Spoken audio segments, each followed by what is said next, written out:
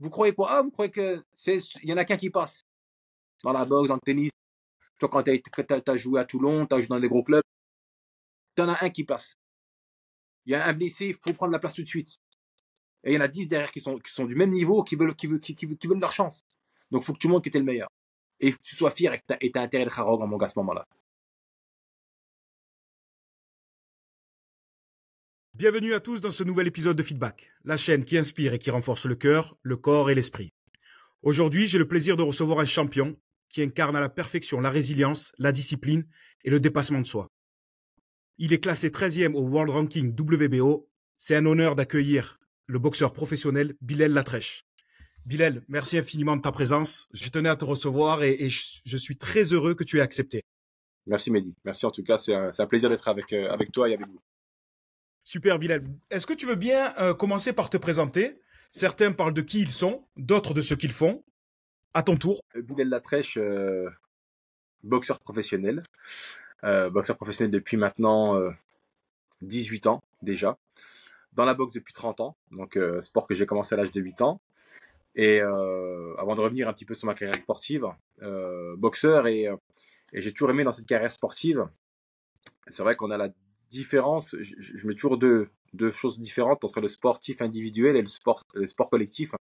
Le sport individuel est bien plus près d'une fin de carrière à tout moment, plus qu'un sportif dans le sport collectif. Pourquoi? Parce que malgré tout, dans un sport individuel, souvent les contrats sont très différents des contrats fédéraux que dans lesquels il y a des contrats fédéraux qui protègent un minimum, même si c'est pas forcément encore des protections sur des 10, 15, 20 ans comme une carrière, mais les sports collectifs que nous on n'a pas. Donc c'est vrai qu'en parallèle, j'ai toujours mené plusieurs activités. Donc à côté de ma carrière de boxeur professionnel, j'ai toujours eu plusieurs activités. Donc dans l'entrepreneuriat d'entreprise, en tant que chef d'entreprise, dans le cadre de la fonction publique, président d'associations et d'autres projets autour de mon sport et de ma carrière sportive qui me parlent et surtout dans lequel j'ai toujours voulu peut-être aussi être cette pluralité justement de personnes qui aimaient être un petit peu un touche-à-tout, avoir des expertises ou en tout cas des notions pour arriver à des expertises dans différents domaines et puis aussi avoir j'ai envie de dire d'autres moments, d'autres temps, indépendamment du temps sportif dans le sport, quand on a des moments un peu plus light ou en tout cas un peu plus loin de sa compétition. Donc voilà, plus ou moins qui je suis. Je sais pas si ça va parler à tout le monde, mais en tout cas voilà, je suis un boxeur avec d'autres casquettes dans ma carrière sportive. De toute façon, c'est très difficile d'être uniquement boxeur professionnel en France. Je pense que tu es obligé de faire une autre activité, sauf si tu es dans le top 3 ou tu fais partie des deux grosses têtes du classement. Mais je pense que c'est hyper difficile. Mais j'ai l'impression que c'est en toi aussi, un peu de vouloir toucher à tout, d'apprendre, de connaître, de, tu vois, t'enrichir de plusieurs expériences. Est-ce que je me trompe?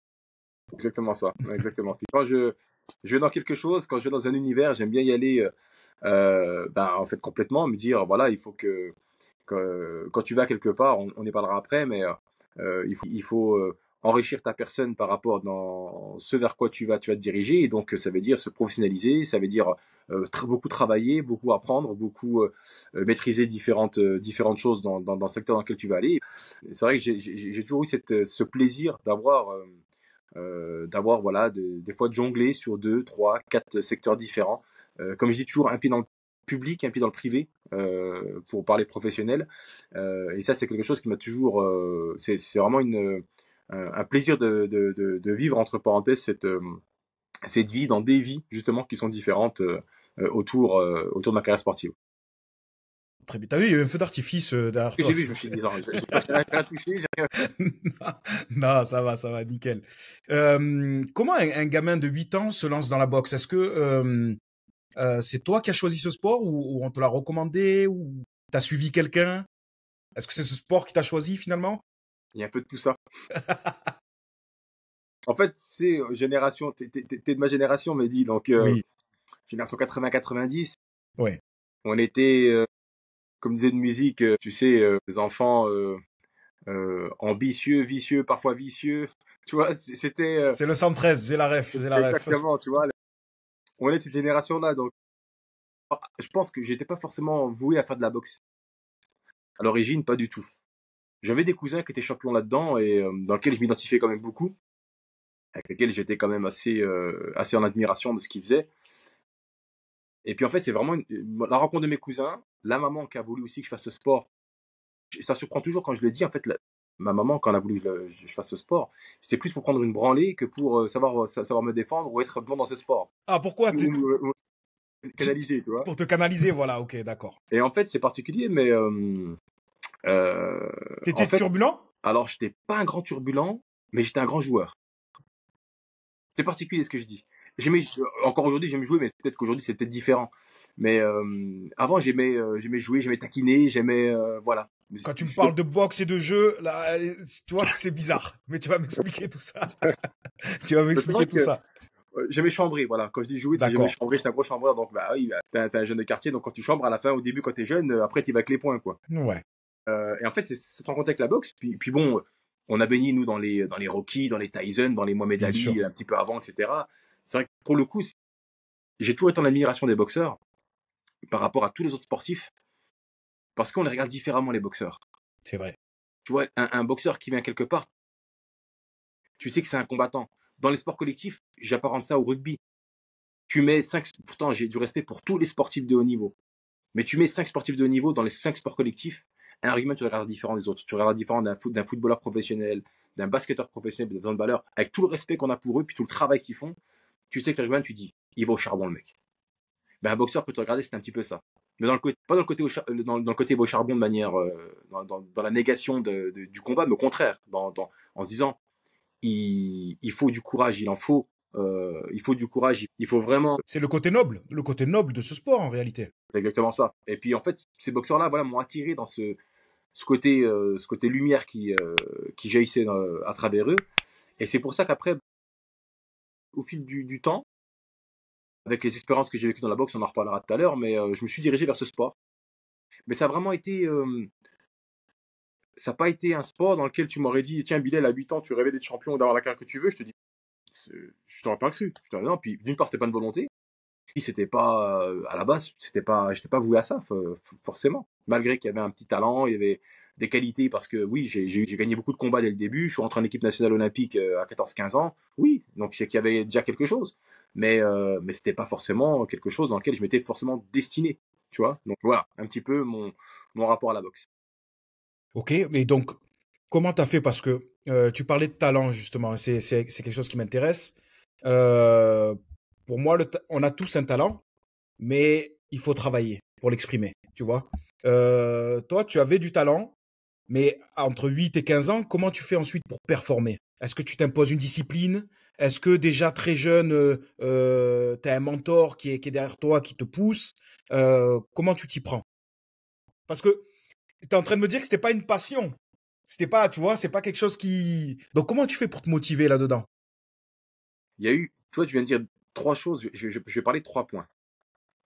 Le premier, je fais mes premières compétitions à l'âge de 10 ans. Mon premier combat à l'âge de 10 ans que je gagne, et puis je vois quand tu gagnes, tu sais, toute personne, encore plus hier, enfin peut-être encore plus aujourd'hui qu'hier, parce qu'aujourd'hui on est encore dans une société qui est, comment dire, qui est très fausse, et tu vas comprendre mon message.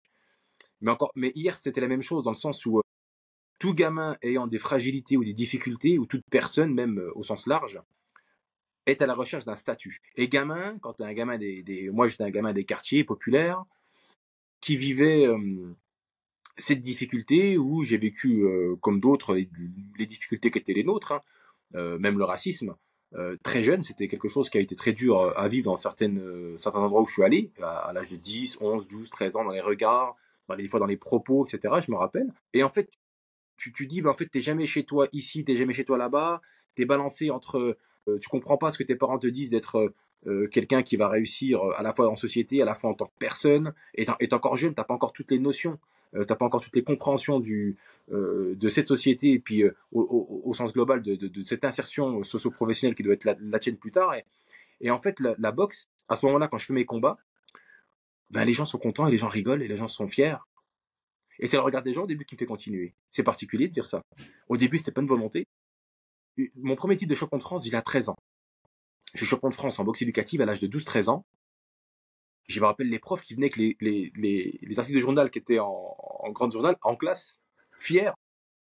Tu nous as pas dit que tu faisais de la boxe. Champion de France. Tu sais, ils étaient là. Des champions de France. Pas champions du Jura. Moi, je suis un petit Jurassien à l'origine. Des champions de France. Ouais, puis t'as le regard de la classe qui change. T'as les gens qui sont fiers.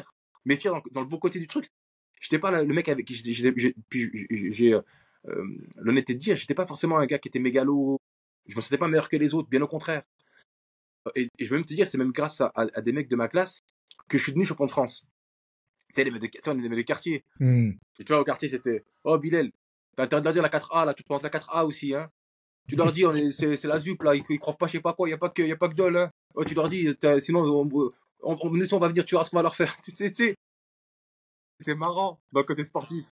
Mais tu sais que ça avait un poids énorme sur moi. Parce que quand j'étais dans le doute, je pensais à ces choses-là. Mes cousins qui étaient aussi des aspirations aussi, qui m'ont porté et puis qui me disaient tiens, là, tu vas faire les championnats de France. Je me rappelle, j'avais 12 ans. Et ma mère s'en rappelait, parce qu'il y a pas longtemps, je parlais avec des potes de ça. Puis je disais, allez demander à ma mère, elle va vous le dire. À 12-13 ans, quand le dimanche, tes potes, ils allaient t'amuser, parce que moi, j'aimais bien aussi le foot. Au foot, et ben non, tu allais faire 10 bornes. Le dimanche après-midi, tu avais 12-13 ans. Puis on disait, hey, Bilal, tu t'es entraîné du lundi au vendredi tous les soirs. Le samedi, tu avais fait un match ou un combat de boxe, soit un match de foot ou un combat de boxe. Et le dimanche, c'est pas tu restais à manger des crêpes l'après-midi. 13h, tu avais un pote qui venait, allez, 10 bornes là tout de suite. Et toi, c'était ça la vie. Et à un moment donné, tu avais des gens qui t'ont poussé aussi, qui m'ont poussé à dire, Bilal, à un moment donné, voilà, il y a peut-être quelque chose qui va se dessiner, peut-être ou peut-être pas. Mais à un moment donné, tu vas à ce niveau-là, tu prétends ça, voilà ce qu'il va falloir faire. Donc c'est le travail. Va falloir dès maintenant commencer à comprendre que tu peux plus te limiter aux 3 séances ou 4 séances de boxe par semaine. C'est fini ça. Là, tu vas rentrer c'était l'année de mon premier championnat de France. Tu vas rentrer en demi-finale et en finale. Les mecs en face de toi, ils s'entraînent comme toi. Faut que tu en fasses encore plus. Puis ben voilà, t'es aidé par 2-3 personnes autour qui te prennent vraiment en charge, hein, au-dessus, hein, qui étaient des adultes. Et puis qui te font travailler.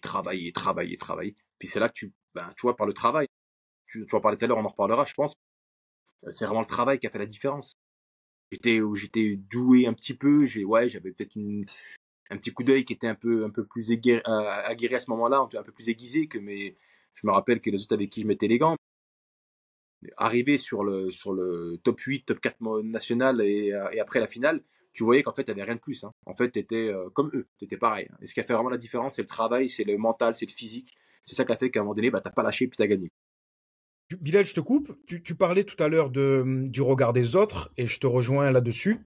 C'était quelque chose de très important pour moi plus jeune. La boxe t'a permis de t'assimiler, de t'intégrer, d'être accepté par les autres?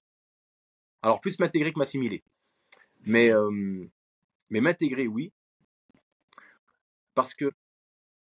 Tu as subi des remarques racistes? En fait, ouais, c'est assez. Ou c'est l'ambiance générale qui était pesante à un moment donné, entre les attentats, les trucs, etc. C'était une période, tu vois? Les attentats de Paris, du métro de Paris, je me rappelle. Hein. Ça a marqué. Ça a marqué. Exactement. Ouais. Mais en fait, il y a un peu les deux. Il y a l'atmosphère générale, mais aussi ce que j'ai vécu directement. Et en fait, tu as l'impression que quand tu allais en ville, bon, après, il y avait plein de codes qu'on n'avait pas, mais j'avais pas peur de pousser des portes, tu vois, d'aller en centre-ville, d'aller dans les villages avec des copains, etc. Puis c'est même ce qui faisait ma particularité, c'est que j'étais un gars de quartier qui avait beaucoup de potes dans les villages.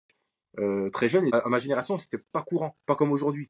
Eh ben oui, tu as vécu, malgré qu'il y avait des gens intelligents là-dedans, il y avait d'autres gens qui étaient pas forcément, intègres. Est-ce que tu as vécu, toi, mes parents me disaient toujours, Bilal, à moins que ta vie, entre parenthèses, soit où tu as vraiment un problème et que tu dois répondre et puis que tu dois peut-être faire quelque chose, pourtant j'étais gamin, tu réponds pas, tu restes respectueux, tu vois, on a comme été éduqué avec des codes, tu vois. Et le code, c'était, tu t'insultes pas quelqu'un qui est plus âgé que toi, même si c'est quelqu'un qui te parle mal, qui t'insulte, tourne la tête et puis marche à côté, enfin, c'était l'éducation un peu de la maman et du papa, tu vois, ils voulaient pas se dire, encore plus quand j'étais jeune, j'étais un adolescent, donc l'impact était encore plus important, puis t'as grandi là-dedans. Et tu te Oui, dis... mais on nous a souvent appris à baisser la tête. Alors que toi, j'ai l'impression que tu as appris à trouver les mots pour répondre à ça et l'attitude et aussi les points à un moment donné. Mais c'est ce qui se dégage de chez toi. C'est-à-dire que non, j'accepte pas, je souris pas aux blagues racistes. Par contre, on peut en discuter, on peut en débattre, on peut échanger si il y a l'intelligence en face, tu vois. Mais non, t'avais pas l'air soumis.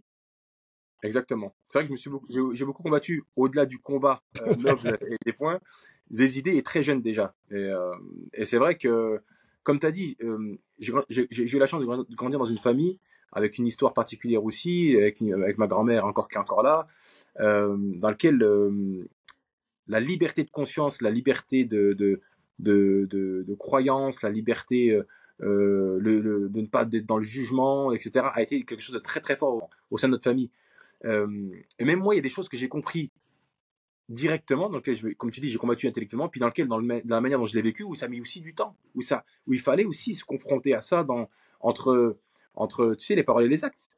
Et c'est vrai que j'ai toujours essayé de combattre au maximum des fois ces difficultés qui étaient les miennes, ou en tout cas que j'ai rencontrées dans ma vie, et qui étaient les nôtres au sens global du terme, pour ne pas être, comment dire, subir, tout le temps subir, et puis tout le temps tendre la joue. Tu vois, à un moment donné, tu dis non, tu dis moi, j'accepte pas ça. Par contre, si vous voulez qu'on parle, on va parler. Tu vois, et je pourrais donner plein d'anecdotes sur des choses comme ça qui ont traversé après ma vie quand j'ai grandi, mais des anecdotes qui font rire, où j'ai mangé avec des gens, où à la fin, je pourrais te parler d'anecdotes, enfin, toute la journée, façon de parler, mais où à la fin, ils étaient là, puis ils disaient, mais merde, en fait, il a raison, merde. Parce que c'est des gens intelligents. Parce qu'en fait, quand tu pas que des gens qui sont bêtes, et que tu dis, ben écoutez, on va partir d'un constat commun. On est républicain, on est fier français. D'accord. Vous êtes français ou française, je le suis. D'accord. Vous êtes républicain.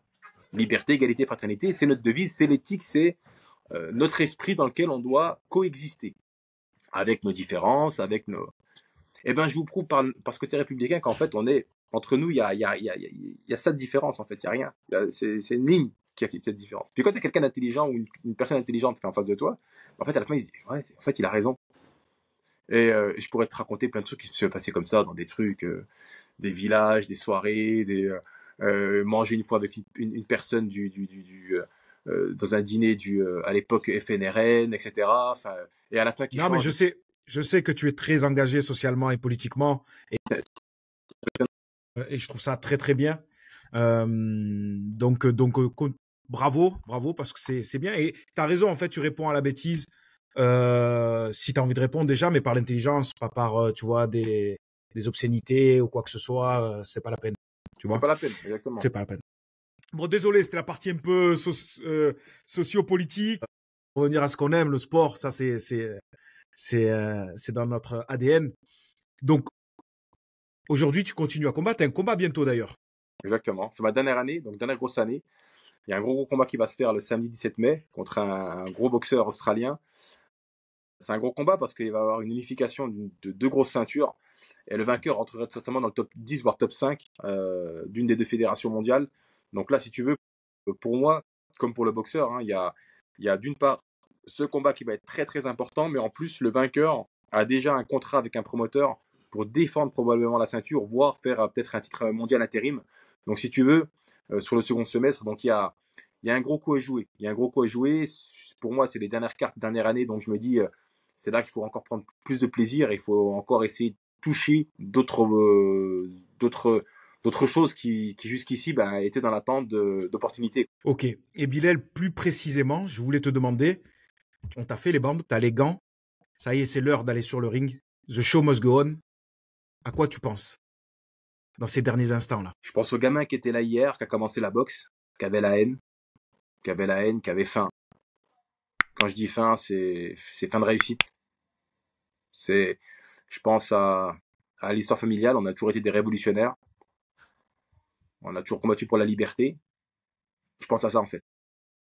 En fait, t'es dans un autre, t'es focus différemment. C'est une autre personne. Tu vas à la guerre. Dans ma tête, c'est aller, ça passe, ça casse. Mais vraiment, j'y pense. C'est vraiment, ceux qui sont avec moi me disent toujours en rigolant, il y a un autre personnage, même ton regard, on le reconnaît plus. Je dis, bah oui, tu vas comme dans une guerre, façon de parler. Au sens figuré, bien sûr. Mais tu te dis, bon, de toute façon, là, Bilal, c'est simple, l'autre, il s'entraîne aussi. C'est ou Tu toi le ou lui. démolis, tu le démolis ou il te démolit. Il y a pas de, et tu vas lui montrer que par contre, t'es venu en face de lui et que t'es prêt et puis que voilà, tu vas le charbon. Et en fait, c'est ce qui fait que il y a toujours un peu de peur, un peu de doute, il y a toujours une petite partie qui est présente, et ben, qui fait que ça enlève tout, quoi. Tu vois, ça te sublime, voilà. Et c'est ça, en fait, qui fait qu'à ce moment-là, quand je pense à ça, et bizarrement, c'est les mêmes choses à quoi je pense depuis le début. J'ai des rituels que j'ai gardés depuis mon premier combat de boxe à l'âge de 10 ans. T'imagines? Et j'ai toujours dit à quelqu'un une fois, sur un combat de préparation que j'avais fait, contre un boxeur modeste, les mecs étaient avec moi dans les vestiaires, puis ils regardaient un peu comment ça se passait, tout ça, puis ils me disaient, ah Bilal, t'as pas peur? J'ai dit, bien sûr que j'ai peur. Si j'ai pas peur, je combats pas, là. C'est ce Ouais, que je mais voulais quand te même, demander. Je voulais te demander si tu avais peur. il y a toujours une part de, tu sais, on est dans le combat, on n'est pas en train de jouer. Un petit coup mal placé, ou parce que tu as pris la grosse tête, entre parenthèses, tu te sens plus fort que l'autre, alors que l'autre, peut-être un palmarès un peu en dessous, il te met un punch mal placé, c'est un punch. Hein. Tu vois, tu l'as pas vu arriver, t'as pas baissé le menton, tu l'as pris en plein menton, la nuque qui part derrière, tu pars, quoi. C'est pas un sport où tu peux jouer. Le moindre relâchement, il est fatal. Exactement. Tu peux pas te dire, je monte sur le ring comme je vais de temps en temps m'amuser avec des potes au foot ou au tennis. Non, tu peux pas faire ça. C'est pas possible. Même quand c'est des combats qui, pour le coup, sont des combats qu'on dit de préparation, ou en tout cas qui devraient avoir une adversité moins importante que quand tu fais des combats pour un titre, tu vois. Bien sûr. Mais malgré tout, ça reste un combat. Malgré l'âge, malgré l'expérience, malgré le nombre de combats, tu ressens toujours la même chose. Ouais, ah ouais, toujours. Exactement. Toujours. Et c'est ce qui m'a fait continuer aussi. Hein. Je pense que si je ressentais plus ça, je me serais dit, dans la Bilal, ça peut être dangereux. Va peut-être falloir arrêter. Et est-ce que tu penses à ton adversaire? Est-ce que tu te prépares ou est-ce que tu te dis que tu vas le mettre KO? En fait, je me dis surtout, par rapport à l'adversaire, je vais faire mon combat, il faut que je sois au-dessus de lui dans tous les compartiments. Offensif, défensif. Bilal, il va y avoir des moments durs. Dans les moments durs, il va falloir serrer les dents. En fait, je me prépare aussi à des moments faciles et des moments durs. Quand je fais ma préparation justement mentale d'avant-combat, j'essaie d'avoir tous les schémas qui vont se passer ou qui peuvent se passer pendant ce combat-là. Mais bizarrement, pas le schéma du chaos. À un certain moment, si l'ouverture elle se fait, tu vas chercher. Là, tu l'as touché, tu y vas, allez, sur un coup, deux coups, tu désaxes, tu lui mets la pression, tu le cherches. Mais tu te dis pas, je vais le mettre KO. Enfin, je suis sûr de le mettre KO. Parce que si le combat est dur et que tu n'as pas réussi à le mettre KO dans les 3 premiers rounds, ça va être chaud pour toi mentalement. Tu vois le truc? Bien sûr. Et est-ce que tu as déjà mis un adversaire KO? Oui, plusieurs. Qu'est-ce que tu ressens à ce moment-là? Parce que j'imagine qu'il doit avoir la fierté de gagner le combat, mais en face de toi, tu as quand même un homme, peut-être un père de famille, un mec qui va... Tu vois, il y a quand même ce paradoxe qui me semble, à moi, peut-être difficile. Après, tu peux me dire, oui, mais Mehdi, c'était la même chose à toi au rugby, ton pilier, mais c'est pas la même violence. C'est pas la même violence. Là, c'est des impacts à la tête directement, etc. Tu vois, c'est pas la même chose. Une anecdote, tu vas rigoler. Euh, tous les cas où j'ai mis en professionnel, je suis allé demander pardon après. Eh ouais. Même quand je gagnais les combats sans forcément KO, j'allais demander pardon. Comme tu as dit, c'est très violent. Et encore plus dans le KO, ce que je ressens, c'est particulier. Je vais te donner 2 moments. Quand le mec il tombe, j'ai une Là, fierté de malade. ouais, là, Je ne veux pas tomber. Ah, là, c'est bon, je t'ai eu, mec, je t'ai tenu. ouais. Là, tu as goûté entre parenthèses, c'est bon. Et c'est bizarre, mais 5-10 secondes après ce plaisir, tu as l'humilité de l'homme qui revient qui te dit, oh, Bilal, oh, redescends un petit peu. S'il est toujours par terre et puis que le combat est fini, maintenant va voir que tout va bien, va voir que, voilà, il reprend entre parenthèses ses esprits, comme tu as dit. Et d'ailleurs, même, ça a été un truc que mes entraîneurs m'ont engueulé à un moment donné parce que je me renseignais beaucoup. Moi, je suis un boxeur qui boxait beaucoup sur les erreurs, et donc très stratégique par rapport à mes adversaires. Et souvent, quand tu regardes tout ce qu'a fait le boxeur, tu vois sa vie de famille, sa vie personnelle, etc. Puis des fois, j'avais de l'empathie presque pour des boxeurs. Tu vois, je disais, il est sympa celui-là, ce qu'il fait dans sa vie. Tiens, je me rappelle d'un boxeur que, quand j'avais après le Covid, il est pompier professionnel, il aide les gens, il a 3 enfants. Tu sais, j'étais admiratif. Et l'entraîneur, il me dit, oh, oh, tu veux quoi? Tu veux aussi ton menton devant et puis que tu en mets une et puis son KO aussi pour le faire plaisir. Tu sais, à un moment donné, arrête tes conneries, il m'a dit. Il m'a dit, oh, tu sais, tu regarderas après. Après, tu mangeras avec lui si tu veux. Mais avant, tu me parles pas de ça. Tu me dis, je veux que tu me dises, tu es un animal, tu veux le dégommer, tu veux le mettre KO. Mais tu vois le paradoxe? C'est Et, dingue. et c'est vrai qu'à un moment donné, puis encore plus, maintenant, sur, on va dire, plus la trentaine était passée, peut-être un peu plus que la vingtaine où j'étais un peu plus fougueux, mais où à un moment donné, tu te dis, le mec, il a comme une vie de famille, attention, comme tu as dit, c'est des hommes, c'est des gens qui ont aussi des aspirations de vie autres que sur le ring. Donc quand tu les mets KO, moi, une fois où j'ai eu peur, c'est un mec que j'avais mis KO, quand il est tombé, ses yeux sont fermés. Là, honnêtement, hein, j'ai même pas crié à la victoire. Hein. J'ai le cœur qui est parti à 200 en me disant que parce qu'il était tombé avec la tête sur le sol comme ça, les yeux se ferment, il est complètement inerte, donc l'arbitre a même pas compté. Hein. Il a enlevé le protège-dents, sécurité, le docteur était monté. Là, j'ai eu peur. Là, honnêtement, j'ai flippé, mais je me suis dit, j'espère qu'il n'est pas en train d'y rester. J'espère que même quand il est tombé, il n'y a pas eu quelque chose qui a tapé. Tu sais, ça va très vite. Hein. Voilà, une cervicale ou quelque chose, où il est handicapé derrière, ou une hémorragie interne, n'importe quoi. Et ils avaient mis un quart d'heure, 20 minutes, les pompiers étaient venus le chercher en civière. Enfin, c'était assez impressionnant. Finalement, bon, il n'a pas eu de séquelles derrière, il était resté quand même 3-4 jours à l'hôpital. Mais toi, tu penses, quand tu es sur le ring, t'es pas là pour. Enfin, c'est bizarre hein, ce que je dis, parce que tu penses avant. Avant ça, tu penses à. C'est dur ce que je vais dire. Tu penses à tuer. Oui, parce que tu me parlais de guerre. T'as vu dans quel état tu te mets quand même? C'est-à-dire que certains, c'est un show, c'est du style. Et toi, probablement, enfin moi c'était la même chose. Je partais à la guerre, c'était un combat. Exactement. C'était un combat. C'était, tu vois, et tu peux pas te préparer. À mon avis, il est difficile de se préparer constamment comme ça sans qu'il y ait de séquelles. Ouais. Tu vois ce que je veux te dire? Je suis d'accord avec toi. Et dans ton sport, ce que je trouve difficile, c'est que tu sais très bien que c'est ou toi ou lui. Nous, c'est un sport collectif, tu peux t'appuyer sur l'un, sur l'autre. Toi, c'est tes gants, ta vision, ton menton, ta tête. Enfin, c'est un mec qui veut la même chose que toi, en réalité, tu vois. Donc, c'est trop difficile. Et donc, pour préparer un combat, tu me parlais de performance, Bilal. C'est quoi la performance pour toi? C'est être au Qu'est-ce meilleur. que c'est performer? Qu'est-ce que c'est performer? Performer, c'est être au meilleur de sa forme, de ses qualités, de l'ensemble de ses qualités qui sont en disponibilité le jour J. Il faut des ingrédients. C'est une recette. Il y a la partie physique, il y a la partie technico-tactique et il y a la partie mentale. La partie physique et technico-tactique, avant le match ou avant le combat, c'est 95% du travail. Et puis 5-10% la partie mentale. Mais le jour J, c'est le contraire. C'est 90-95% de mental. Et seulement 5-10% le travail qui a été fait qu'il faut remettre à l'échauffement, qu'il faut remettre après le jour du match. Si là-dedans ça ne va pas, Alors, ça ira pas. le visible, il se travaille. Comment tu travailles le mental? Ça, pour moi, c'est de l'invisible. Comment ça se travaille?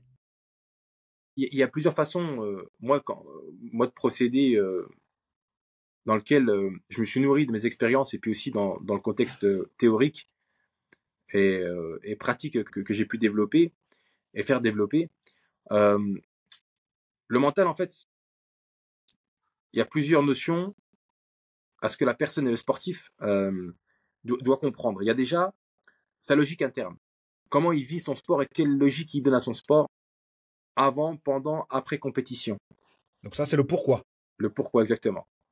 Ensuite, il y a la gestion de ses émotions, qui est très importante. Pareil, avant, pendant, après. Il y a, dans la gestion des émotions, il y a aussi la façon dont il va travailler pour abaisser au maximum certaines tensions ou certaines angoisses le jour J, pour réaliser des choses qu'il croit avoir déjà réalisées. Donc là,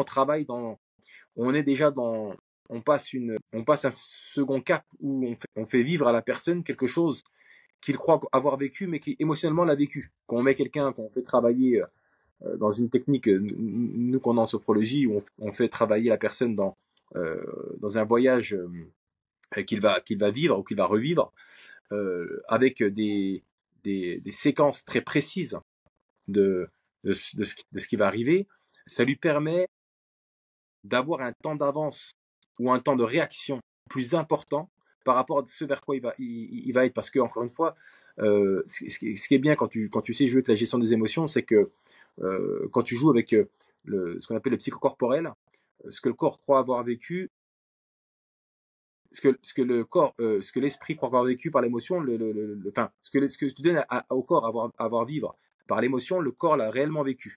Je prends un exemple, ça peut paraître un peu compliqué à comprendre. Tu es en train de dormir, tu es dans une chambre, il n'y a rien qui bouge. Tu as fait un cauchemar. Tu te lèves, tu as le cœur qui est parti à 200. Tu regardes, tu as peur. En fait, il n'y a rien, hein. C'est ta tête.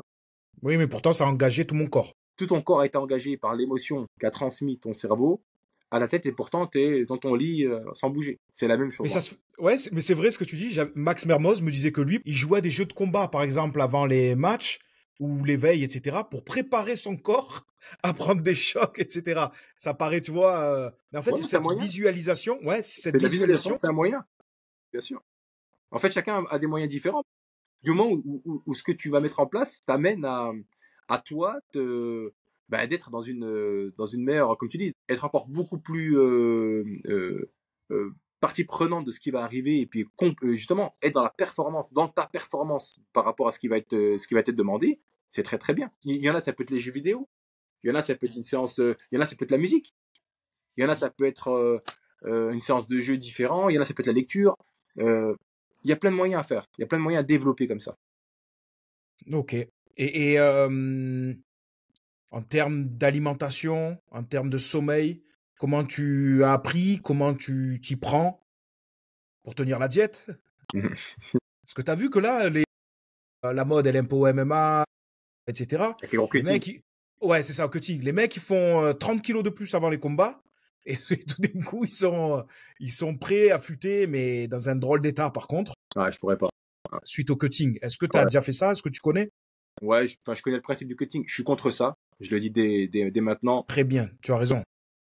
C'est une grande, grande bêtise. Et je le dis haut et fort à tous mes amis, parce que j'ai plein d'amis qui combattent dans le MMA à très, très haut niveau. Et d'autres connaissances, plus ou moins. En fait, si c'est un cutting qui se fait entre 4-5 kilos, bon, allez, ça peut se faire, pas de problème. Le danger reste, même s'il y a un danger, mais le danger reste raisonnable. Par contre, moi, j'ai connu des personnes qui ont fait des cuttings entre 8 et 11 kilos. Là, je les ai vus dans des états où tu te dis, mais mec, il y aura des séquelles à ça, il y aura tu te rends Bien pas sûr. compte de ce que tu vas vivre derrière. Et pas qu'une fois en plus, ils le font des fois 3, 4, 5 fois dans l'année. Donc à un moment donné, on ne fait pas du sport, on n'éduque pas la personne au sport, et même au sport de haut niveau pour faire ça. Je peux comprendre qu'il y a une recherche de force par rapport à une catégorie inférieure. Encore une fois, tu acceptes à ce qu'il y a un petit cutting qui se fait, qui soit raisonnable. Mais aller jusqu'à là, pourquoi c'est pas bon? Parce que en termes de santé physique et mentale, c'est pas bon. Et ça pousse aussi, et pour certains, ça pousse au dopage. Hein, on est quand même censé être des sportifs intègres qui respectons des règles antidopage et des règles de probité par rapport à ça. Et les gros cuttings poussent à ça aussi. Il faut dire, enfin, parce qu'on dit pas tout derrière. Hein, tout ce qu'il y a derrière, je peux vous assurer qu'il y a beaucoup de dopage par rapport au cutting. Hein. Il y a beaucoup de choses qui se font qui sont pas forcément dites, mais qui sont illégales. Donc oui, je suis contre ça. Moi, j'ai jamais été un boxeur qui cut. Bizarrement, avec le temps, j'ai appris à gérer beaucoup plus vite mon poids.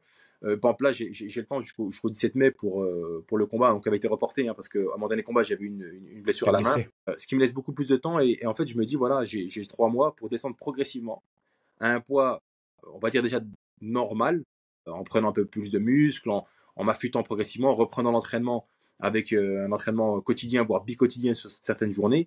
Et puis arriver quand je vais arriver, comme je fais le mois du jeûne qui aura lieu au mois de mars cette année, donc j'ai bien préparé mon mois du jeûne avec un plan d'entraînement qui va me faire garder un certain rythme par rapport à janvier-février dans la préparation dans laquelle je suis, pour qu'au mois d'avril jusqu'au mois de mai, j'ai 2 gros blocs de 3 semaines avant la semaine du combat, qui fait que là, je serai vraiment sur une période un peu plus d'affûtage.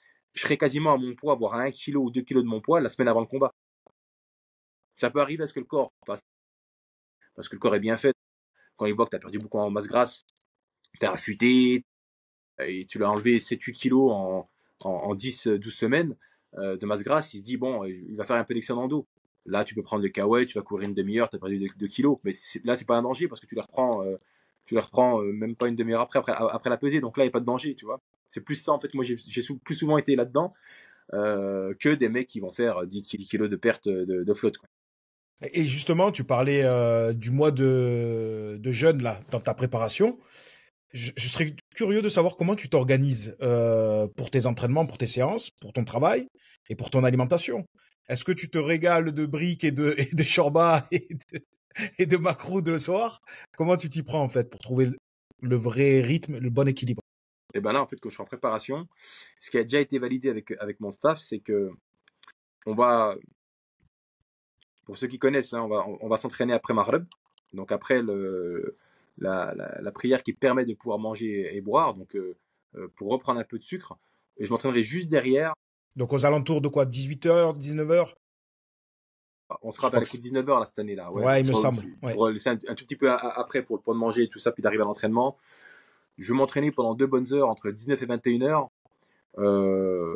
Aller 5 à 6 fois dans la semaine. Donc on va faire qu'un entraînement. On sera plus sur de l'entraînement bi-quotidien autre. En fait, l'objectif de ces entraînements-là, il y aura 2 entraînements de boxe, il y aura 2 entraînements physiques et 2 entraînements musculaires. Et l'objectif, ça va être de maintenir tout le travail qui est en train d'être fait actuellement jusqu'à fin février, le même niveau et la même à peu près intensité, ou en tout cas pas trop perdre à ce niveau-là, pour que dès que le jeûne finisse, je puisse attaquer à fond les 2 gros blocs de 3 semaines. Et là, je vais être dans deux blocs qui vont être très intensifs parce que ça va quasiment du bi-quotidien matin et soir, 6 sur 7. 5 à 6 sur 7, il y aura peut-être un jour où il y aura qu'un entraînement, je crois, puis on est sur 4 jours matin et soir, avec un jour de récupération seulement. La nourriture est très très importante parce que le but c'est pas de manger parce qu'on n'a pas mangé la journée et puis pas comme tu as dit. Généralement d'habitude je suis plus là-dedans moi d'habitude quand c'est le Ramadan je bloque complètement mes activités sportives, j'ai toujours fait ça jusqu'à présent et je vais même te dire une chose qui est particulière, c'est la première année où je fais une préparation pendant le mois du jeûne. Jusqu'à présent j'ai toujours eu la chance de pouvoir arrêter soit avant ou soit de commencer après et d'avoir un mois de jeûne complet où le soir moi c'était je finissais pour certains qui connaissent aussi, hein, quand je revenais de Tarawih ou autre, il fallait pas mettre la table à l'y passer, quoi. Tu vois, je mangeais bien. Non, cette année, je vais faire attention. J'ai même prévu justement différentes collations exprès pour respecter une certaine une hygiène alimentaire. Il y aura plus de gâteaux, il y aura pas de couscous après. Voilà, ça va être très très carré au niveau de mon alimentation parce que le but c'est pas d'enlever tout le travail qui va être fait maintenant. Et encore une fois, je suis sur une préparation qui va préparer. Ça va être très important pour être bien prêt pour les 2 mois qui vont arriver derrière, avant le combat du mois de mai. Ok, très bien. Bon, ben, je te remercie pour ce partage qui est hyper intéressant. Depuis le début, je me régale. Donc, je te remercie infiniment. Tu disais que gamin, tu étais un peu brancheur, taquin. Est-ce que aujourd'hui, tu es le même boxeur? Les Conor McGregor, les Doumbé, le trash talk. Ça plaît et ça, c'est à la mode. Est-ce que tu es ce genre de type? bizarrement, bizarrement, j'ai toujours été un chambreur gentil. Ils sont pas méchants. Doumbé, il est pas méchant, hein. Il est pas méchant. C'est vrai Non. personnellement, il est pas méchant. Après, ça peut faire du mal ce qu'il a fait à certains. L'impact, Le- il est important quand même, tu vois. À Zebo, par exemple, ce Surtout qu'il a fait à avec Zebo, par exemple, Zebo, c'était intense. il allait loin. Il allait loin, tu vois, il y a quand même un homme derrière. Donc, Ouais. c'est pour ça que Ouais, mais alors attends. Qui est-ce qui doit définir les limites? sa morale, À partir du moment où il n'y a pas d'insulte, tu sais comment c'est, tu as grandi dans les quartiers, tu sais très bien que le premier qui craque, il a perdu. c'est vrai. Ça- Ah, dans sa tête, il est là. Alors, ça allait très loin, mais moi, je suis spectateur, j'aime ça. Ouais, je suis d'accord. Je suis pareil, hein, je suis d'accord. Tu vois ce que je veux te Ouais, dire? c'est vrai, c'est vrai. J'aime ça. Et il a tout compris dans la promotion de ses combats. C'est vrai. Je pense qu'il doit peut-être faire la dissociation entre l'athlète, le sportif, le combat, le showman, tu vois. Il n'y a pas d'attaque personnelle ou sur la famille ou sur, tu vois. C'est Et vrai. là où il est encore plus fort, c'est que, bon, à une période, ce qu'il disait, il le faisait. Ouais, ouais, c'est vrai. donc, C'est vrai. Il fait donc, tu ça. vois. Complètement. Donc c'est quand même dingue. Toi, non, t'es pas ce genre de type. Non, non, non. Mais c'est vrai qu'on a parlé de lui, juste pour finir avec lui. Comme tu as dit, par contre, les grandes qualités qu'on peut lui vouer, même si c'est un gros chambreur, c'est ce que tu as dit, ça n'a pas été quelqu'un qui a été offensant ou insultant comme l'a été Conor McGregor avec ses Ouais. adversaires. Tu Oh, vois. ça a été Où dingue, lui, Connor. Ça a été. il a été trop loin. Donc ça, c'est un truc que Même je avec reproche Khabib. Les à Khabib. combats, les bouteilles, les combats dehors et tout, c'était hallucinant. Là, pour le coup, c'était allé vraiment très très loin. Mais on aime ça, le public. Moi, on aime ça. On est attiré par Tu ça. vois. Après, c'est toujours pareil. C'est-à-dire que c'est particulier, mais après, c'est qu'est-ce que tu veux donner de ton image et de ta personne dans ce sport. Je dis pas que lui, ce qu'il a tout compris, Cédric, ou comme d'autres sportifs, c'est que même moi, j'aime ça. Et c'est ce qui m'attire aussi. Mais voilà, le trash. Puis on aimait, puis d'ailleurs, même Tyson, indépendamment de ses gros KO, on aimait ce côté animal qu'il avait à l'extérieur. Après, il y a des personnalités. En fait, il faut tout. Il y a des personnalités qui sont comme ça.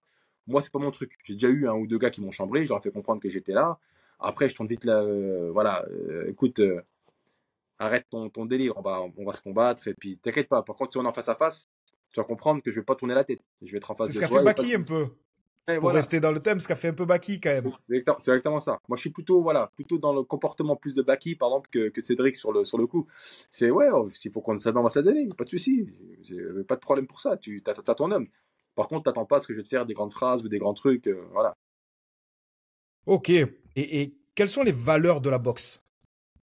Parce que je sais que c'est le noble art, je sais que il faut du travail, mais quelles sont les plus grandes valeurs? Qu'est-ce que ça t'a appris à toi en tant que combattant, en tant qu'homme? L'humilité, tu sais, l'humilité. Tu peux avoir gagné n'importe quel gros combat, avoir fait un bête de match, une bête de performance. Je t'assure, Mehdi, tu peux te retrouver un mois après à te prendre une rafale en entraînement contre un boxeur moyen et pas du tout, comment dire, parce que tu t'es resté sur un acquis que tu pensais encore, et qu'en fait tu te rends compte que chaque jour c'est un combat, quoi. Dans l'humilité, c'est ça. Et ce sport, il t'apprend ça, en fait, que tous les jours, tu as un combat à faire. On dit, nous, tous les jours, tu as un combat à faire contre toi-même, tu as un combat à faire pour donner la meilleure version de toi-même, à la fois en société, à la fois en famille, à la fois... Enfin, il y a plein de combats. Quand je dis les combats, c'est au sens pluriel du terme. Et ben la boxe, ça m'a apporté l'humilité par rapport à ça. C'est que chaque combat est différent, chaque combat demande comment dire, une pleine conscience que tout est à remettre sur la table à chaque fois. Comme dans la vie. Tous les jours, tu dois tout remettre sur la table à chaque fois dans la vie. Et ben la boxe, c'est un petit peu ça. Après, c'est sûr, il y a des valeurs qu'on retrouve comme dans d'autres sports, d'ailleurs comme dans le rugby, comme dans d'autres sports où il y a le combat, l'abnégation, la pugnacité, le dépassement de soi, le courage. C'est des éléments qui parlent beaucoup à ce sport, tu vois. Pour monter sur un ring, il faut avoir du courage. C'est-à-dire que moi, je respecte même des boxeurs qui ont 10 combats, 10 défaites, je vais les respecter. Et je l'avais dit d'ailleurs une fois dans ma salle, il y avait un boxeur qui avait fait je crois, des petites contre-performances à l'époque et avant qu'il ait des victoires. Et autour de certains, pas rigolaient, mais étaient un peu dans la médisance. Et je dis, non, mais toi, quand tu monteras sur un ring, tu parleras, tais-toi. Arrête de le chambrer, arrête. Et tu vas vite te taire parce que tu vas commencer à m'énerver là. Lui, il a peut-être perdu, mais il est monté sur le ring. Il a eu le courage, comme on dit, les cojones pour monter sur le ring. Toi, t'as pas encore eu les cojones. Quand tu monteras sur le ring, tu auras les cojones, tu pourras déjà t'asseoir à sa table. Pour l'instant, tu es encore en dessous. Mais toi, la boxe apprend ça aussi, ça apprend le respect de l'autre, le respect de celui qui réussit, même de celui qui réussit pas. C'est un sport qui demande beaucoup de travail. C'est un combat, c'est un sport qui est un combat. Et toi, ce qui est particulier avec ce sport, c'est que t'as des belles histoires, mais comme tu as des histoires qui sont malheureusement tragiques. Et c'est toute la beauté de ce sport-là, du noblard, quoi. Et justement, je suis content de t'entendre dire ça parce que les jeunes maintenant, lorsqu'ils font de la boxe, ils ont cette image du trash talk, ils veulent faire du buzz, Beaucoup. mais je crois qu'ils réalisent pas, ouais, ils réalisent pas le travail qu'il y a à fournir et l'humilité qu'il faut avoir. Quand je dis les jeunes, je généralise un petit peu, tu vois, ça change, ça évolue, mais ils sont de plus en plus dans le paraître et pas dans l'être ni le savoir-être, tu vois. Et je crois que la boxe, ça enseigne ça aussi. C'est hyper enrichissant parce que ça t'apprend à être et à savoir être. Complètement. Puis les jeunes ne se rendent pas compte du travail qu'il faut pour arriver à un certain niveau. Aujourd'hui, bon, il y a une génération qui est en train de se dessiner, qui est en train de changer aussi, hein, avec les réseaux, voilà, avec l'IA, avec tout ce qui Bien nous sûr. entoure qu'on n'a pas connu. Et même moi, j'apprends des choses des fois aujourd'hui. Je me dis, putain, j'ai l'impression d'être un dinosaure. Tu sais, quand on nous parlait, il y a des choses des fois qu'on m'interroge, on me parle, je dis, ah Ça ouais, non, va mais les trop gars, je vite. suis dedans, là, non, mais là, je suis dépassé, quoi. Et je vais te raconter une histoire, tu vas rigoler. C'était il y a un an, à peu près un an et demi. Il y a quelqu'un qui me dit, tiens, Bilal, j'aimerais que tu viennes parler à mes boxeurs dans mon club, tout ça, parce qu'ils ont un peu trop tous le melon. Ils se rendent pas compte du travail que ça fournit. J'en ai quelques-uns qui sont bons, que tu connais, un tel, un tel, un tel. Et je dis, ouais, lui, il est pas mal, ça boxe bien, c'est un bon petit jeune, ça peut évoluer, tout ça. Il me dit, ouais, mais les mecs, ils se prennent déjà pour des champions du monde. Ils se prennent pour Ah des ouais. Mohamed Ali, version Oscar de la Hoya. Ils ont encore rien, ils ont encore rien réalisé. Donc, j'aimerais que tu leur parles un peu de la réalité, du travail, tout ça. Bon, je dis, ok, je viens dans ce club-là. Et je leur dis, tu sais, moi, je vais pas vous raconter des choses que je ne connais pas. J'ai pas la prétention de tout savoir. Je vais vous parler juste de choses dans lesquelles j'ai été confronté, que j'ai connues, du travail que j'ai réalisé, et puis qui étaient même déjà passé par rapport à d'autres sur certains moments, ou en tout cas, on a tous nos moments dans le sport où on arrive à à cette progression, tu vois, c'est jamais linéaire. Tu peux faire ça, tu peux faire ça, tu peux. C'est une courbe en fait qui est longue pour arriver à ce sommet. Tu vois, tu pars d'ici et c'est pas forcément comme ça. Il y a plein d'étapes. Tu peux très bien faire ça, hop, et puis revenir derrière. Et je leur expliquais que le travail que ça représentait. Je me rappelle toujours, ce qui m'a fait rire, c'est que j'avais certains qui étaient comme ça. Tu sais, à la fin, ah, mais Bilal, t'es sérieux là? Tu sais, en fait, il croyait que je rigolais. Quand je lui ai dit, tu sais, entraînement, ben voilà, quasi bi-quotidien depuis l'âge de 15-16 ans, voilà ce qu'il y a eu, voilà le Pôle France, l'INSEP, voilà comment ça se passait avant là-bas, voilà comment c'était. Les mecs qui sont allés en équipe olympique, voilà comment qu'on fait les JO, la préparation avant JO un an, Cuba, tout ça, etc. Voilà comment ça se passait. Quand t'es pro, les mecs avec qui je mettais les gants au tout début, qui étaient tous des champions d'Europe EBU, des mecs qui ont fait des championnats du monde, comme Jackson Chanet, comme Mourad Dakar, comme Brice Ferraggi, tout ça, c'est des très grands noms des années 80-90, tout ça. Et les mecs, en fait, pensaient que je leur racontais une histoire. Tellement que, avec leur réalité, il y avait il y avait C'était abyssal. l'Ouest, quoi. Et puis, je leur dis, mais ça, ce que je vous dis, c'est, je vous prends le top 5 de toutes les catégories des boxeurs français aujourd'hui, vous diront la même chose. En fait, ce que je vous dis, c'est juste normal.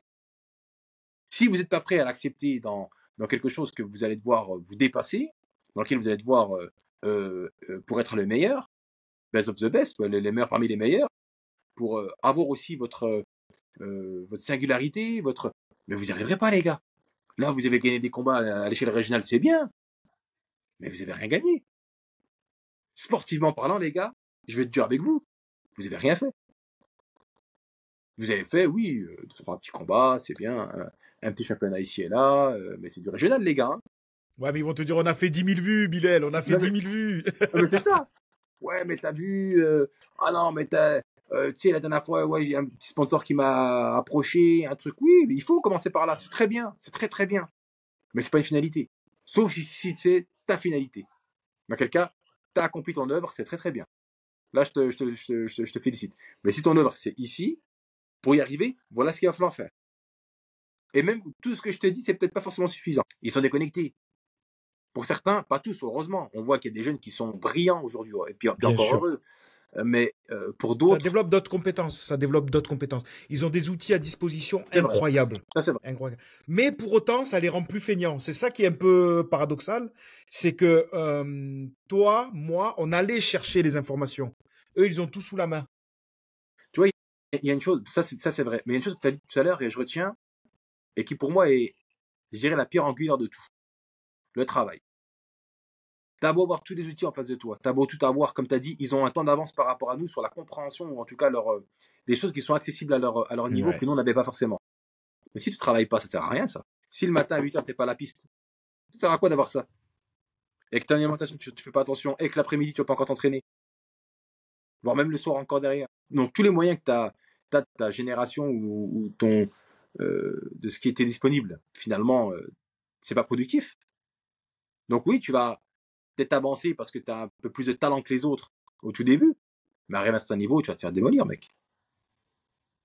Enfin, tu vois, c'est la réalité du sport de niveau aussi. Hein. C'est que, moi, en tout cas, je le vois dans la boxe, et je pense que tous les boxeurs, les personnes qui nagent dans ce sport, te diront pas le contraire.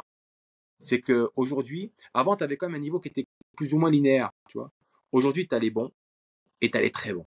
Et il y a un fossé, mais énorme entre les deux, en ce moment. Et ça s'explique parce qu'il y a moins de compétiteurs actuellement qu'il y en avait eu dans les autres années. Pourtant, la discipline prend plus d'adhérents, mais moins de compétiteurs. C'est paradoxal, mais c'est aussi une réalité. Entre les aspirations de vouloir faire quelque chose pour plaire, j'ai gagné un combat, je suis dans les réseaux, j'ai gagné, c'est bien, hop, maintenant je peux arrêter. Comme ça dit, j'ai 10 000 vues. J'ai 10 000 vues, on me connaît, je suis champion. J'ai 1000 abonnés, 10 000 Voilà, j'ai vues, 1000 j'ai réussi. abonnés.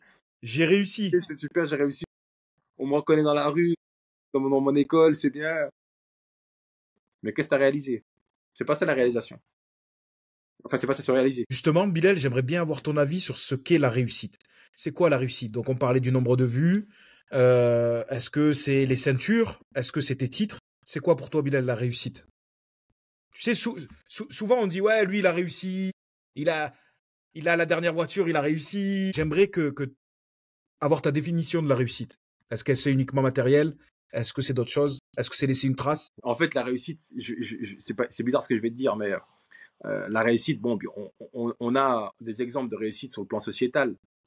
On a parlé d'une bonne insertion socio-professionnelle, un équilibre financier qui permet de vivre sa vie en ayant entre parenthèses, en pouvant remplir différents devoirs à l'échelle primaire et secondaire. Ouais, ok. En fait, pour moi, déjà, le principe de réussite, il dépend de chacun. Il est différent de chacun des uns et des autres. Et avoir réussi, déjà, c'est réussir à aller là où tu voulais aller il y a au tout début de tes rêves. En fait, la vraie question qu'il faut poser des fois à des personnes, quand je fais des conférences avec des jeunes dans des structures spécialisées ou même dans des écoles, des fois, souvent, je commençais dans des trucs en se disant, ouais, voilà, c'est quoi ton rêve? Tu sais qu'aujourd'hui, certains ne savent pas répondre à cette question, Mehdi.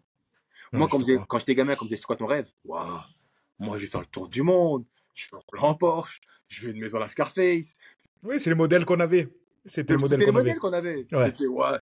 Bien sûr, en travaillant. J'avais, heureusement, grâce à la famille et, euh, et pour d'autres choses, mais j'avais quand même ce côté raisonné, tu vois. Mais je me disais, voilà ce que je voulais. Aujourd'hui, des gens me disent, c'est quoi ton rêve? Ben, C'est dingue, hein.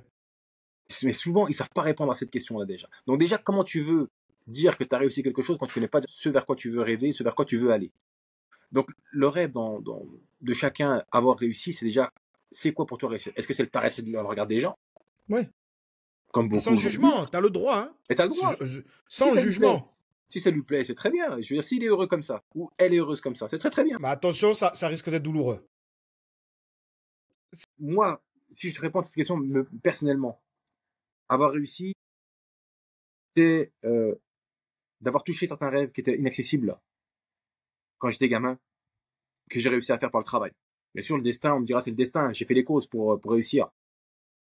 D'une certaine manière, peut-être euh, avec comment dire, certaines choses là-dedans qui m'ont été bénéfiques ou des fois même dans lesquelles il a fallu que même certaines difficultés qui m'ont ramené justement à un certain salut entre parenthèses. Mais c'est la manière dont j'ai réussi sportivement, humainement, personnellement, dans tout ce que j'ai voulu faire, dans toute l'aspiration que j'ai voulu, en tout cas tout ce que l'aspiration que j'avais d'hier, dans ce vers quoi je me suis dit quand j'arrêterai ma carrière, quand je fermerai le livre, est-ce que j'ai réussi ce que j'ai commencé?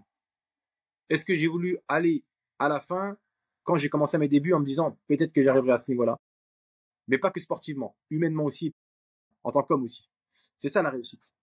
La vraie chose qu'on doit poser aux gens, qu'on devrait remettre sur la table, c'est un petit peu cette idée-là. Des fois, des fois quand, pareil, quand je fais quand j'explique à des gens, je suis assez, j'aime bien intervenir dans le domaine humanitaire. Tu sais, t'as un adage qui dit, pour être heureux, faut pas regarder ce qui est au-dessus de toi, faut regarder ce qui est en dessous de toi. Des fois, je vois des gens qui se plaignent ou autres, etc. Ouais. Tu dors en sécurité, tu manges, t'es au chaud. Demain, tu sais quand tu vas manger. C'est quoi déjà? Arrête de te plaindre, s'il te plaît, tu commences à m'énerver.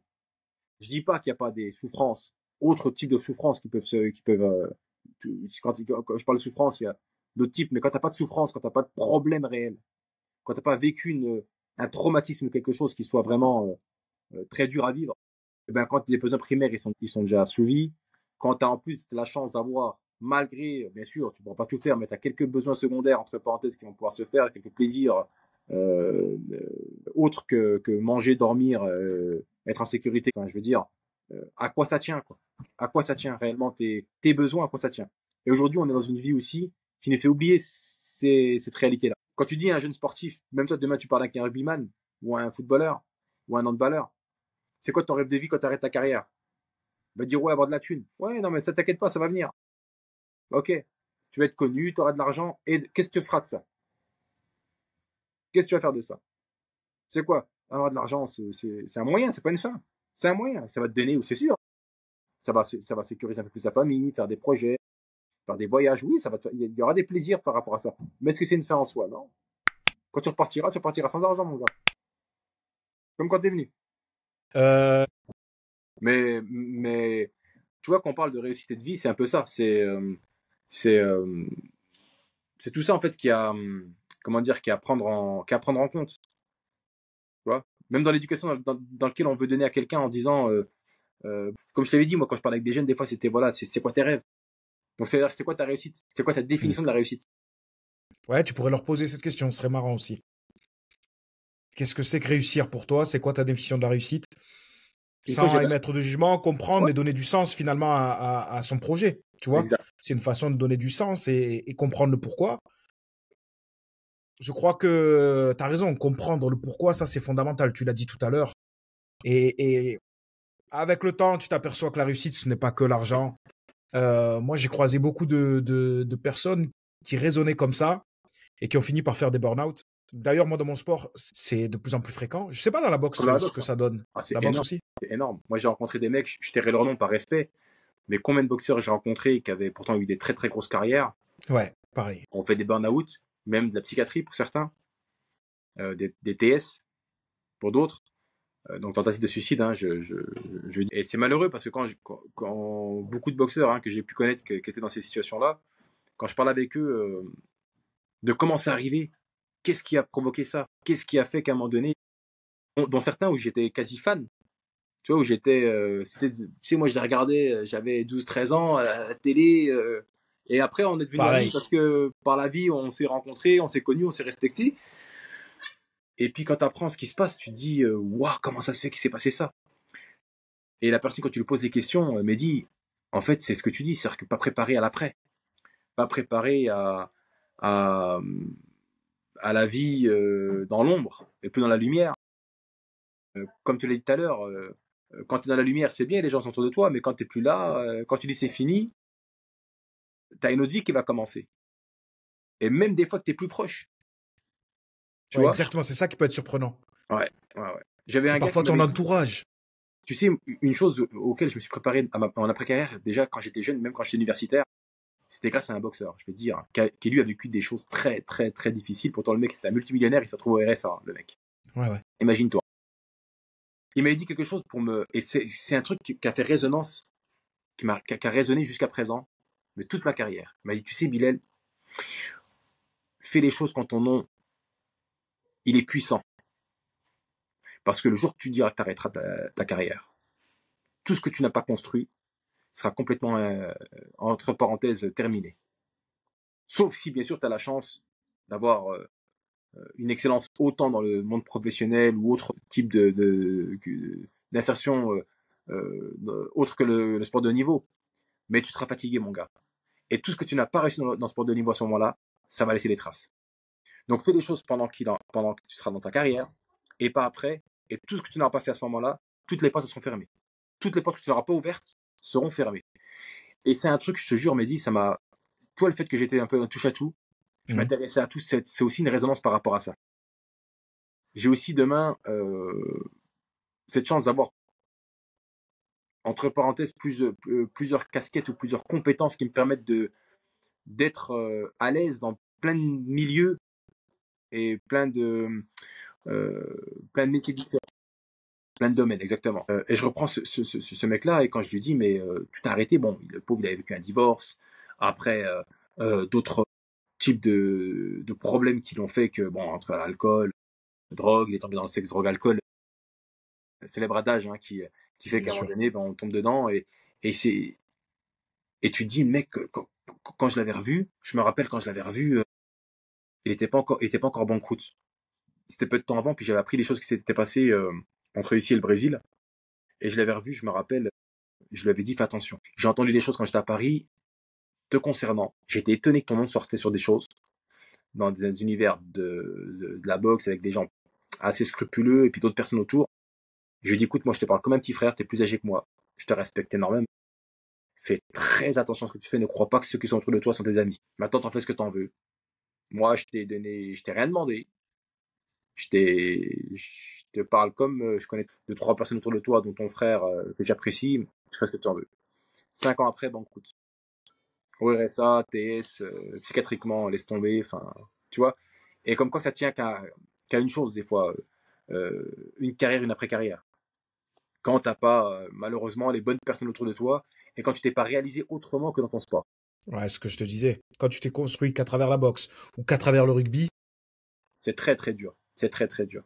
C'est très, très dur, Et on a beaucoup de gens comme ça qui, tu vois, et là, ce qui est dur là-dedans, c'est que on dit qu'on les prépare, mais on les prépare pas vraiment. C'est pas aussi vrai que ça. Qu'est-ce qui est mis en place réellement à une personne quand elle arrête sa carrière pendant 1, 2, 3 ans et pas pendant 2 mois, quoi. Ouais, pendant 2 mois, oui, on l'a mis là-bas, c'est très bien. On l'a fait trouver un contrat dans telle boîte, ok, mais qu'est-ce que tu en sais réellement de ce qu'il y a à côté? Est-ce qu'il n'y a pas un truc avec des anciens pères qui pourraient le prendre en charge un week-end par mois ou le voir une fois par mois pour vraiment savoir où il en est psychologiquement, comment il vit son après, comment il vit, parce que c'est une part d'ombre aussi. C'est-à-dire que le mec, avant, il passait dans, tiens, tu parles d'argument, il passait dans les stades, hormis ceux qui vont le connaître, qui vont le reconnaître un petit peu, mais au bout de 3 ans, le mec, on va lui dire, ouais, ouais, on se rappelle, c'est un humain, mais bon, après, c'est fini. Mais c'est vrai, comme un boxeur, comme un footballeur, comme n'importe lequel qu'on connaît. Et c'est dur à vivre aussi. Parce que malgré tout, tu vois, ça me fait écho sur un autre truc. Une fois, j'avais parlé dans un crêpe, à des sportifs de haut niveau en devenir. Plein de sports différents. Puis j'ai commencé l'introduction en disant, qui c'est qui est, comment dire, qui c'est qui est fier, qui est un peu arrogant. Puis, tu sais, eux, ils se sont regardés, ils se sont dit, tu sais, plein d'humilité, les mecs, hein. Ouais. Oh, non, non, Ouais, mais c'est de la les gars, je parle dans votre sport. fausse humilité, ça. Ouais. Puis en plus, j'en dis, dans votre sport, les gars, pas à l'extérieur. À l'extérieur, bien évidemment, je vous encourage à être très humble, mais dans votre sport, qui est arrogant, qui est fier? Puis ils se disent, oh non, vous allez rien faire, les gars. Vous allez rien faire. Faut être fier, faut être mieux que l'autre. Faut vouloir le bouffer, soit qui veut prendre votre place. Voilà, c'est quoi un champion du haut niveau. Faut le Ils bouffer. sont dans le confort. Ils sont dans Mais le c'est là, confort. mais je suis d'accord. Mais c'est là qu'après, vous croyez quoi? Ah, vous croyez que il y en a qu'un qui passe dans la boxe, dans le tennis. Toi, quand t'as joué à Toulon, t'as joué dans des gros clubs, t'en as un qui passe. Il y a un blessé, il faut prendre la place tout de suite. Et il y en a 10 derrière qui sont du même niveau, qui veulent leur chance. Donc, il faut que tu montres que tu es le meilleur. Et que tu sois fier et que tu as intérêt d'être arrogant, mon gars, à ce moment-là. Mais ça ne veut pas dire d'être extérieur. Et toi, cette éducation qu'on a donnée, on l'a donnée dans un sport. On ne l'a pas donnée à l'extérieur. On n'a pas construit le sportif comme un homme. Tu vois. Et ça, c'est quelque chose qui est très problématique dans le sport de haut niveau, dans les carrières des sportifs de haut niveau. Après, pareil, je vais si, bon, on peut en parler parce que lui, il en a parlé publiquement, mais je connais bien Camille Lacour. Camille Lacour, le célèbre nageur. Pareil, il avait fait une grosse dépression. Il en a parlé d'ailleurs dans un documentaire. Non, mais il y en a en pagaille, c'est ça qui est hallucinant. Et les gens ne comprennent pas et se disent, mais attends, ils gagnent leur vie comme il faut. Ils font ce qu'ils aiment. Comment ça se fait qu'ils se retrouvent dans cet état-là? C'est aussi l'ascenseur émotionnel. Ouais. Tu sais, moi, la seule chose que je vais dire, j'ai pas peur de mon après-carrière quand le livre va se fermer. La seule chose qu'il va falloir que je recherche, et celle-ci va être très importante pour mon équilibre psychologique ou en tout cas de vie, c'est quelque chose qui fasse qu'à un moment donné, j'ai au moins un ascenseur émotionnel, au moins, alors peut-être pas égal à celui que j'ai aujourd'hui, mais qui m'approche à ce que certaines émotions, certaines tensions me mettent dans cet inconfort-là. Cet inconfort qui est un confort, en fait. Oui. Tu vois? Ça, c'est important. Et je pense que c'est ça aussi. Je pense que c'est ça. Toi, les sportifs, malgré toute la pression qu'on dit qui est difficile à vivre, on l'aime cette pression-là, malgré tout. Elle fait partie de notre vie. Bien On s'est construit avec ça. Elle nous a maintenus en activité, elle nous a maintenus en vie, entre parenthèses. Et quand il n'y a plus rien, quand il n'y a plus de tension, quand il n'y a plus... C'est fini, tout s'arrête. C'est compliqué. Non, mais tout à l'heure, tu te souviens, tu parlais de guerre tout à l'heure? Et tu peux pas aller à la guerre toute ta vie ou pendant 25 ans, c'est pas possible. Hein. C'est pas possible. Chimiquement, physiquement, mentalement, biologiquement, mentalement, ce n'est pas possible. Donc je pense que c'est ces traces-là qui restent ensuite dans le corps et forcément ça amène à des dérives. Tu vois, ces excès d'émotions. Dans la santé, on parle d'homéostasie, c'est qu'à un moment donné, il faut trouver l'équilibre. Tu montes, eh ben, à un moment donné, tu vas redescendre pour ensuite retrouver cet équilibre-là. Et je crois que c'est ça les dangers un peu du sport de haut niveau, c'est que tu atteins des seuils, mais tellement puissants, d'adrénaline, de peur. Et je crois que c'est ça qui laisse des traces au final, parce que on n'est pas fait pour vivre dans cet état-là pendant 20 ans. Je crois pas, tu vois. Et imagine que toi et moi, on se préparait pour aller à la guerre. Est-ce que tu réalises quand même la sensation, ce qu'on impose à notre corps, à notre cerveau, la violence que c'est? Ça, c'est vrai ce que tu dis. C'est vrai. C'est vrai qu'il y a des moments où je pense qu'il peut y avoir des craquages. Hein. Ouais, complètement par rapport à ça. Hein. Ouais, sur le côté émotionnel. J'ai joué avec les meilleurs joueurs du monde, quasiment. Vraiment, Bilal. Il n'y en a pas un qui est normal. Ouais, ça, c'est vrai. Il n'y en a pas un qui est normal. Ils ont tous des vices ou des problèmes ou des choses et c'est hallucinant, que ce soit le jeu, la drogue. Et en plus, moi, ce qui était difficile, c'est que tu pouvais pas en parler. Aucun, aucun mec pouvait discuter de sa fébrilité, de sa vulnérabilité. Parce que sinon, le mec se dit, attends, t'es joueur de rugby, t'as l'image d'une armoire à glace, t'es solide ou t'es boxeur. Tu peux pas te plaindre. T'es censé toujours surmonter les épreuves. Tu vois? Sauf qu'à un moment donné, c'est pas vrai, c'est pas possible. C'est là que c'est le et encore plus dans le sport de haut niveau que dans la vie civile, c'est là qu'il manque de. Tu vois, tout à l'heure on parlait de personnes qui devraient entourer des fois des gens ou des pairs, justement quand ils sont au meilleur de leur niveau ou en tout cas quand ils ont cette puissance dans leur carrière sportive, comme pourrait l'avoir un chef d'État. Il faut des bonnes personnes pour savoir leur parler, avec une bonne moralité, une bonne humilité, qui va faire qu'à un moment donné ils vont être écoutés malgré la puissance de la personne, puis malgré à ce moment-là, le côté un peu déconnecté qu'aura cette personne-là. Comme tu l'as dit tout à l'heure, et là je reconnais complètement, je me reconnais dans tes propos, c'est que les très très grands champions, les légendes que j'ai pu connaître, comme tu dis, elles ont un côté un peu. Il y a un côté décalé, et là je reconnais complètement le propos. Et ben c'est que dans ce côté décalé, si on devrait ramener à un moment donné des choses un peu plus raisonnées par différents types de personnes qui seraient en capacité de pouvoir transmettre ça, de pouvoir le faire que ça s'intègre, pour que dans l'après, ça puisse avoir une résonance qui lui permette de ne pas péter les plombs. Tu vois, j'apparente ça à un chef d'État qui est surpuissant. S'il n'a pas les bons conseils à côté de lui, il part en vrille, le mec. Tu vois, il pète les plombs, il fait tout et n'importe quoi, il peut déclencher une guerre mondiale. On le voit aujourd'hui. Si t'as pas les bonnes personnes à tes côtés, ça t'élève, soit entre parenthèses, dans ce que tu peux faire, ça peut t'emmener à faire des choses contre ta personne. Et, et dans le sport de haut niveau, combien d'exemples on a de très grands champions iconiques qui, après leur carrière, certains se sont flingués, certains sont. Bon, on ne parle pas du nombre de divorces qui est bien plus important dans le sport de haut niveau que dans toutes les quasiment franges de la société civile. Les banqueroutes, enfin, voilà, tout ça, c'est. Ouais, je pense que l'émotion joue beaucoup là-dedans. Tu vois, la Ouais, ouais. monétisation de l'émotion, je pense que ça joue beaucoup. Vraiment. Et en plus, on est dans une société qui nous incite à être la meilleure version de soi-même. Tu l'as dit tout à l'heure. Et moi, ça me dérange un peu parce que je crois qu'on a le droit d'être vulnérable. On a le droit d'être imparfait. Il faut en prendre conscience. Et, et justement, à partir du moment où on prend conscience, qu'on sait qu'on peut, bien sûr que je rejoins le développement personnel dans le sens où on peut s'améliorer, on peut progresser, se servir d'outils pour essayer de se sentir mieux. Mais être la meilleure version de soi-même, comme je dis souvent, pourquoi faire? Pour qui? On vit en société, on n'est pas tout seul. Pourquoi faire en vrai, tu vois? Tu peux aller trier, faire ton tri, tu peux trier ta petite poubelle, mais si dans tout ton lotissement, personne ne fait rien, ben, la société, elle avance pas. C'est ça que je veux te dire, tu vois? Ben, comme tu as dit tout à Je l'heure, suis plus pour le développement collectif que pour le développement personnel. Tu vois ce que je veux dire? moi j'associerais les deux. Ah, alors, je t'écoute. La force de l'individualité au profit du collectif. Très bien. Tu vois. D'ailleurs, quand j'ai œuvré dans le rugby, c'était la force individuelle qui œuvre dans le collectif. En fait, ce que tu as dit tout de suite, c'est important, c'est-à-dire que, d'une part, euh, ça, c'est de l'éducation entre parenthèses humaine. On va parler comme ça dans l'éducation sportive. C'est que Mhm. déjà, quand tu arrives à faire comprendre à quelqu'un qu'il sera toute sa vie imparfait, il a déjà compris beaucoup de choses. Et que bah, la vie, c'est pas un long fleuve tranquille, et puis à un moment donné, c'est pour qui tu dois être bien. Chacun doit répondre à sa question. Et puis chacun a une réponse différente. Chacun est libre de penser ce qu'il veut, de, Bien de sûr. croire à ce qu'il veut, ou de ne pas croire à ce qu'il veut, de plaire à qui il veut, de ne pas plaire. Non, mais par exemple, toi, Bilal, combien de fois tu as été à 100% pour un combat? 100%. 100%. Jamais, je crois. Tu vois, c'est ça. Et en fait, tu as réussi justement, malgré tout, à composer pour réaliser une prestation, une Exactement. performance. Mais à 100%, ça veut dire quoi à 100%? Quand est-ce que tu es à 100%?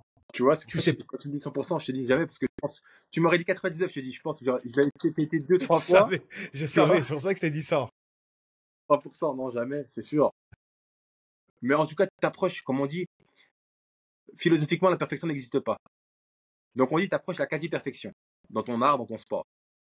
Eh ben, On a parlé tout à l'heure de performance, ce qui fait, c'est un ensemble de choses, un ensemble de variables qui t'amènent à ce que le jour J, à la demi-heure près, à l'heure près, à la seconde près, tu es en capacité d'utiliser au maximum tes De compétences tes et ressources. tes ressources. Et pourquoi essayer d'être parfait, en fait? Pour plaire à qui? Pourquoi? Si t'es En pas fait, aligné, ancré toi-même, ça sert à quoi tout ça? eh ben, tu vois, en fait, tu as répondu en même temps à la question. C'est-à-dire que pour qui tu veux être aligné, Je me pourquoi fais tu des veux être... auto-interviews, en fait. Non, mais c'est très intelligent ce que tu dis. C'est qu'en fait, à un moment donné, la question qu'on doit tous se poser, c'est à qui on doit plaire, pour qui on veut plaire. Mais même quand tu fais quelque chose, quand tu comprends que tu es imparfait, et puis qu'à un moment donné, qu'est-ce qui t'amène à ce que chaque jour, tu essaies de progresser, d'amener à être meilleur. On a parlé tout à l'heure d'un sportif de niveau, tous les jours, il fait table rase. Mais un homme, c'est pareil. Moi, je sais que personnellement, c'est quelque chose que je me fais. Je sais que le soir, avant de dormir, je me dis, est-ce que j'ai rempli mes obligations envers moi, puis envers ma croyance? Est-ce que j'ai été un bon gars? Est-ce que j'ai pas mal parlé à quelqu'un dehors ou j'ai pas été mauvais à quelqu'un dehors? Est-ce que j'ai rempli l'ensemble de mes obligations sportives, familiales, personnelles? C'est des questions que je me pose chaque soir et que je me repose le matin. En me disant aujourd'hui, Bilal, fais attention, voilà, il y a ça. Essaie de pas faire, de ne pas répondre aux talions, de prendre de la hauteur sur certaines décisions ou positions. Et en fait, c'est tous les jours que je te pose cette question-là. Et c'est là que tu arrives à progresser dans un progrès individuel et collectif. Tu sais, je vais donner un exemple récemment. J'ai fait une action de solidarité. Et puis la personne en face, on disait, ça va pas aider tout le monde. C'est sûr. Ça va aider les quelques-uns qui vont en avoir accès. Et le principe de la solidarité collective, c'est un mot résonnant sur un film de la plateforme dans Netflix. Mhm. La plateforme Ah, je 1. l'ai vu. Tu vois, quand on est, elle, je sais pas si tu te rappelles de la femme qui fait un peu à manger, et qui l'autre, il dit, mais personne à faire. Eh ben, si, il faut le faire. Parce que, à un moment donné, ceux d'en bas, ils vont vouloir faire pareil. Pour ceux d'en bas, et on va sauver des gens comme ça. Ils comprendront pas tout de suite. Ouais, Mais t'as vu ceux qui comment vont ça se passe quand comprendre, même. à la fin, bon, malheureusement, c'est parce que dans le 2, on voit d'autres réalités. Ouais, exact. Parce qu'il y a eu des frictions en amont de On a- cette solidarité collective qui, quand elle avait été respectée, faisait manger du premier au dernier. Tu vois, justement. Eh ben, c'est un petit peu ça en fait dans la vie. Moi, je crois beaucoup dans ces qualités qu'on a et ces défauts qu'on a, d'accord, euh, au fait de se dire, euh, là-dedans, on doit être amené à ce que tous les jours, on se re-questionne et on redéfinisse ce vers quoi on veut aller, dans ses qualités, dans ses défauts. Et puis, on arrive à faire un petit chemin. On arrive, en tout cas, dans les notions qui sont les miennes, on arrive à mieux progresser, et encore une fois, dans un but collectif. C'est l'objectif. Une société, on a la chance d'être dans une société française qui est très plurielle, qui est très multiculturelle. Il faut, tu vois, quand on parle, par exemple, dans une carrière sportive, comme dans une carrière, après la carrière sportive, s'insérer de manière professionnelle et s'insérer en société, en dehors de cette casquette de champion ou de sportif de haut niveau, il faut s'insérer et s'intégrer dans des choses dans lesquelles on aspire à être meilleur à chaque fois. On donne quelque chose à être meilleur, tu vois, malgré nos fragilités, nos faiblesses. Ouais, c'est pour ça que je te parlais de développement collectif, parce qu'on est des êtres de lien et finalement, tu vois, on a besoin des uns et des autres pour avancer. Et moi, je t'en parle davantage, c'est que j'étais pilier au rugby. Je pouvais être le plus costaud, le plus fort à la muscu.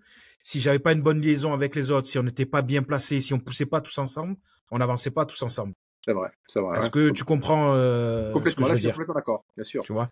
Ouais, je suis Donc, complètement par d'accord. contre, oui, certains, c'est la foi qui permet d'être meilleur ou de tendre vers le meilleur vis-à-vis de son prochain, vis-à-vis de... Mais j'ai l'impression que si tu veux la tendance du développement personnel, dans le sens tendance auquel je te parle, c'est une mode, c'est quelque chose. En fait, c'est comme si le système te créait tous les problèmes et te proposait des solutions pour essayer de régler des problèmes. Et toi, tu consommes des formations, tu consommes des trucs TikTok, t'en bouffes à gogo, tu vois. C'est ça qui me dérange un peu. Mais après, si la démarche, elle est personnelle, elle est vraiment motivée, il n'y a aucun problème, tu vois. Je trouve ça, au contraire, je trouve ça Complètement. génial. Complètement. Bilal, on a bientôt terminé. Quels sont tes projets pour l'avenir? Tu m'as parlé du combat. Est-ce que tu peux redonner les dates? le samedi 17 mai au Palais des Sports de Dijon. Très gros combat à venir donc, contre Matt Pretty Floyd, l'Australien, qui m'a défié, que j'ai défié aussi, et qui va être un très très très très gros combat pour la suite, en tout cas pour le second semestre 2025 à venir, avant la fin de ma carrière, et pour l'obtention d'une double ceinture intercontinentale sur un top 10 ou un top 5 mondial pour le vainqueur. Donc ça va être du très très lourd. C'est énorme, c'est incroyable. Tu es le seul Français dans le top 15. Dans le top 15 WBO, je suis le seul Français. Et je crois que le seul Français mi-lourd dans un autre top 15, je crois de mémoire, c'est Daniel Bleda Santos. Et puis je crois qu'il y en a encore deux autres. Et je crois qu'eux, ils le sont en IBF et en WBA de mémoire. Ouais. On est, D'accord, ok. en tout cas, sur tous les Français à très très haut niveau dans la catégorie de mi-lourd, parce qu'il y en a beaucoup, on n'est que 2 ou 3 à être classés dans un top 15 d'une des 4 fédérations majeures. Bravo, franchement. Où est-ce qu'on peut te suivre? Les réseaux habituels, hein. Moi, je suis plus Facebook, Instagram, Twitter, LinkedIn, LinkedIn plus professionnel, Instagram, Facebook, voilà, plus des choses que je publie, les mêmes, d'ailleurs dans tous les réseaux, plus ou moins, quand je mets des choses à donner sur ma carrière sportive, et puis des actions autour de ma carrière sportive que j'essaie d'alimenter, diffuser pour ceux qui me suivent. Ouais, c'est ça que je trouve intéressant, c'est qu'on te voit t'entraîner, mais on voit aussi ce que tu fais à côté, Bien sûr. d'un point de vue social, tous tes engagements et tout, et ça c'est top. Bilal, est-ce que tu aurais un conseil à donner au petit gamin qui nous écoute et qui veut être boxeur, qui a 8 ans et qui rêve de devenir boxeur professionnel? Et je lui dirais, alors 3 points. 3 points, que si je me parlais à moi hier, je dirais 3 points. Ou au petit Bilal, ouais. Ouais, au petit Bilal. Je lui dirais, fais les choses à fond. Donne-toi à fond. 2, sois patient. Sois très patient tout au long de ta carrière, tout au long de ta pratique dans ce sport. Et 3, fais très attention à ton entourage. Surtout quand tu vas commencer à aller dans le haut niveau. Ouais, c'est Tu vois, énorme, c'est super intéressant. c'est 3 points qui, à mon sens, pourraient s'adapter à n'importe quel sportif. Mais, et encore plus dans la boxe et encore plus dans d'autres sports. Mais ce serait 3 points si je devais me parler à Bilal l'intérieur gamin, que je lui dirais de ces 3 points-là, et tu auras déjà compris les 90% de ce que tu vas vivre par la suite. Est-ce que tu aurais un invité à me recommander, quelqu'un que tu aimerais voir dans mon émission? Quelqu'un qui a de la moelle, un peu comme toi, un peu comme nous, qui a des idées, qui serait inspirant. Ouais, il y en a quelques-uns comme ça. Après, bon, je ne vais pas sortir des gros noms parce que il y a des gros noms comme ça qui sont intéressants, tu vois, mais je vais te parler de mecs que j'ai connus qui étaient assez inspirants, comme Jackson Richardson, tu vois, l'handballeur. Tu vois, c'est un pote qui a beaucoup à donner et qui donne beaucoup de sa personne, puis sur d'autres choses autour.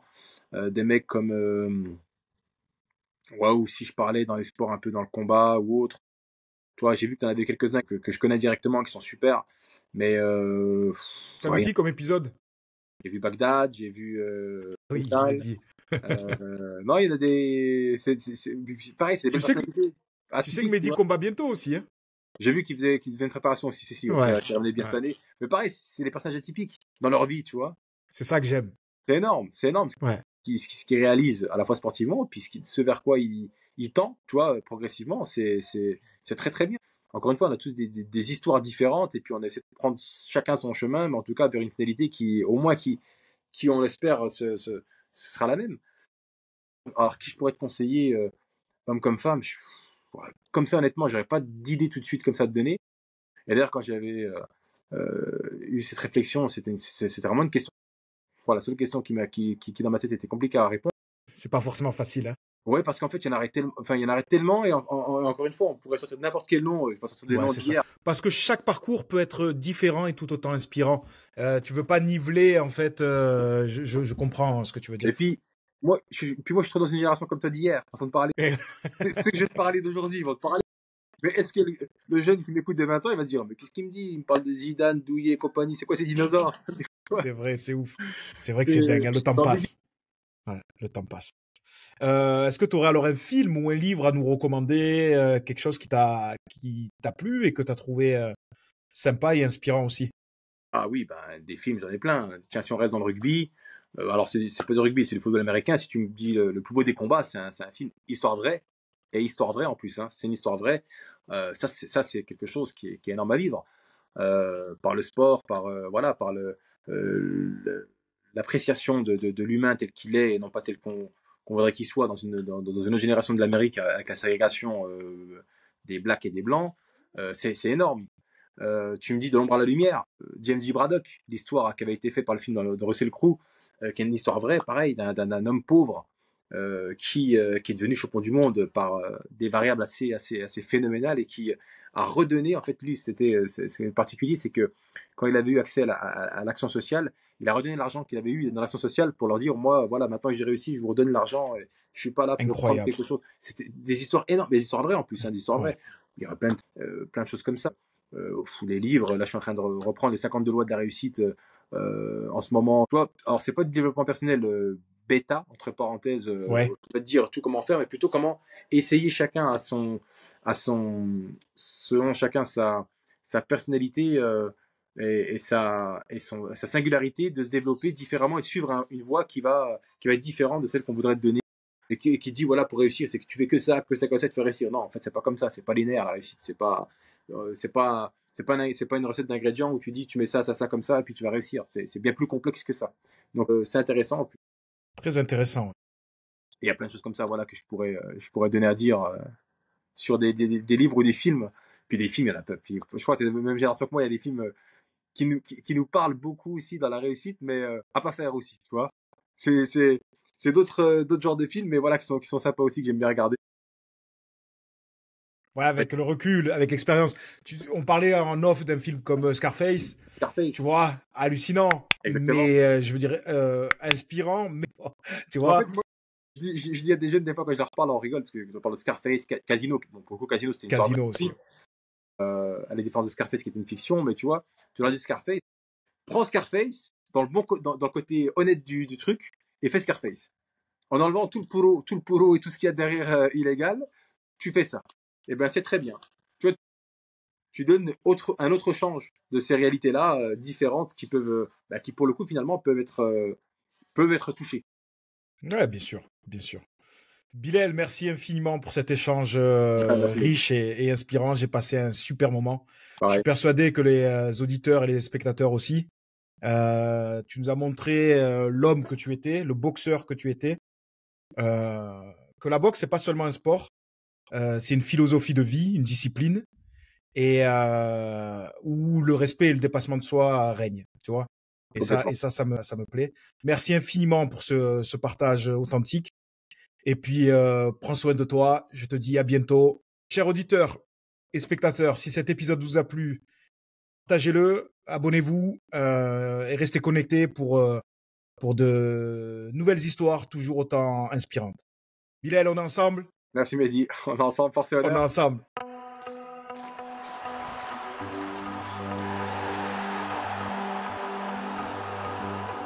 C'est ici que tout a commencé et c'est ici que ma carrière se termine.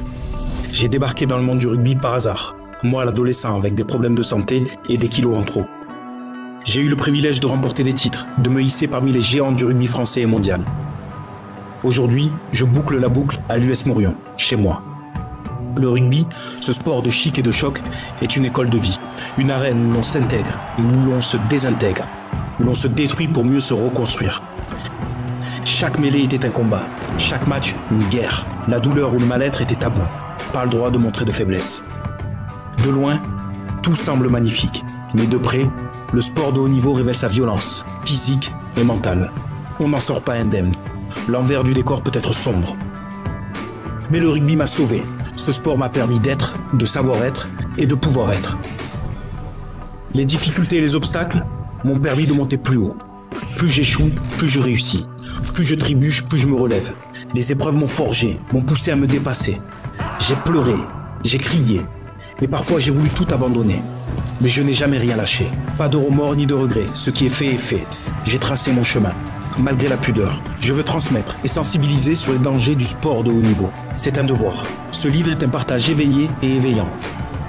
Nous sommes des êtres de lien, et moi, c'est avec les autres que mes pouvoirs se décuplent.